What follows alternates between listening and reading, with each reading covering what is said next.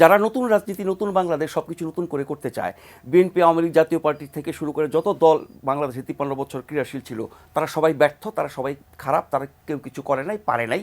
সেই কারণে তাদেরকে আসতে হয়েছে, জাতির দায়িত্ব নিতে হয়েছে। তাদের কথাবার্তা, কাজকর্মের নমুনা দেখে তো মনে হয় যেই রাজনীতিকে তারা নিগেট করতে চায়, বাদ দিতে চায়, ঘৃণা করে, মানে বাতিলের খাতায় নাম লেখাতে চায়, তার চেয়ে ভালো রাজনীতি কি তারা করে দেখাচ্ছে? তাদের কথাবার্তার মধ্যে, তাদের আচরণের মধ্যে কি কোনো সহিষ্ণুতা দেখেন? কোনো উন্নততর রাজনীতির কোনো লক্ষণ দেখেন? এটা তো মাস্তানতন্ত্র। মানে তাদের যা কিছু, এক কথা যদি বলি, এটা এক রকমের মাস্তানতন্ত্র। তো গণতন্ত্রের বিকল্প তো মাস্তানতন্ত্র হতে পারে না।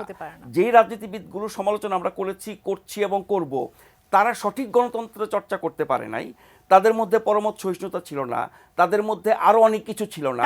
কিন্তু সেই জিনিসগুলো যাতে আসে তার জন্য প্রতিনিয়ত চেষ্টা করতে হবে। রাজনীতি একটা দীর্ঘ প্রক্রিয়ার ব্যাপার, এটা একটা সংস্কৃতির ব্যাপার, এটা একটা চর্চার ব্যাপার। হুট করে আপনি এসে বসে গেলেন, আপনাকে বললাম যে আপনি একটা আমেরিকান স্টাইল, ব্রিটিশ স্টাইলে একটা রাজনীতি করেন, তা সেটা হবে না। তো যারা দীর্ঘদিনই প্রক্রিয়া আছে তাদেরকে সংশোধন করতে হবে, উন্নত করতে হবে।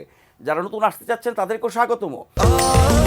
স্বাস্থ্যকর অল টাইম ফ্যামিলি কেক, সব সময় অল টাইম হেলদি লাইফ। কিন্তু তাদের লক্ষ্য তো মনে হয় না যে এর চেয়ে ভালো কোনো রাজনীতি তারা করছেন। একটা ঘটনা বলে শেষ করি।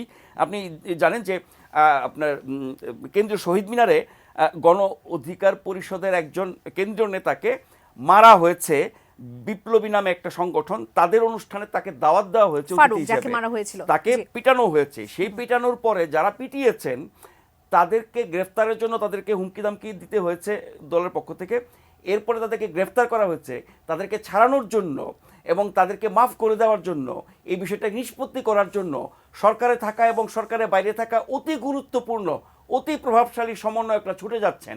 সেই কথা গণ অধিকার পরিষদের সাধারণ সম্পাদক রাশেদ খান আজকে অন রেকর্ড বলেছেন।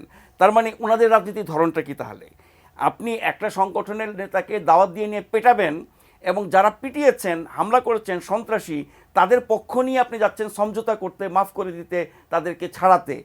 তো এটা আওয়ামী লীগ বিএনপি রাজনীতির চেয়ে কি উন্নত হলো? নিশ্চয়ই না। আর যেটা আপনি বলছিলেন যে সংস্কারের জন্য সরকার অনেকগুলো কমিশন করে দিয়েছে, সেই কমিশনগুলো কাজ করছে। তাদের রিপোর্ট জমা দেওয়ার সময় পার হয়ে গেছে, আবার বাড়ানো হয়েছে, তারা আবার রিপোর্ট জমা দেবে। কোনো কমিশনের রিপোর্ট কি হতে পারে আমরা কিছুটা জেনেছিও। সেগুলো নিয়ে রাজনৈতিক দলগুলোর সাথে আলোচনা করে একটা সমঝোতায় পৌঁছে তারপরে তারা সেগুলো বাস্তবায়নের ব্যাপারে সিদ্ধান্ত নেবেন। প্রধান উপদেষ্টার এই বক্তব্যগুলো পরিষ্কার। কিন্তু সংস্কার কমিশন যা করছে, ছুটাফাটার যে কথাগুলো তারা বলছে, গণমাধ্যমে বেরিয়ে আসছে, এগুলো দীর্ঘদিন আলোচিত, দীর্ঘদিন উচ্চারিত, এবং বিএনপির 31 দফার মধ্যে প্রায় সব কিছুই এখানে আছে।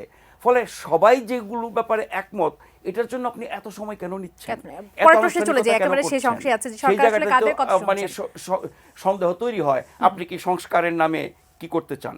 দীর্ঘদিন থাকতে চান, নতুন শক্তির উত্থান ঘটাতে চান, তাদেরকে লালন পালন করে কিশোর থেকে, শিশু থেকে যৌবনে নিয়ে তারপরে এসে আপনি নির্বাচন করবেন, এরই মধ্যে যাতে প্রচলিত রাজনীতিগুলো মৃত্যুবরণ করে?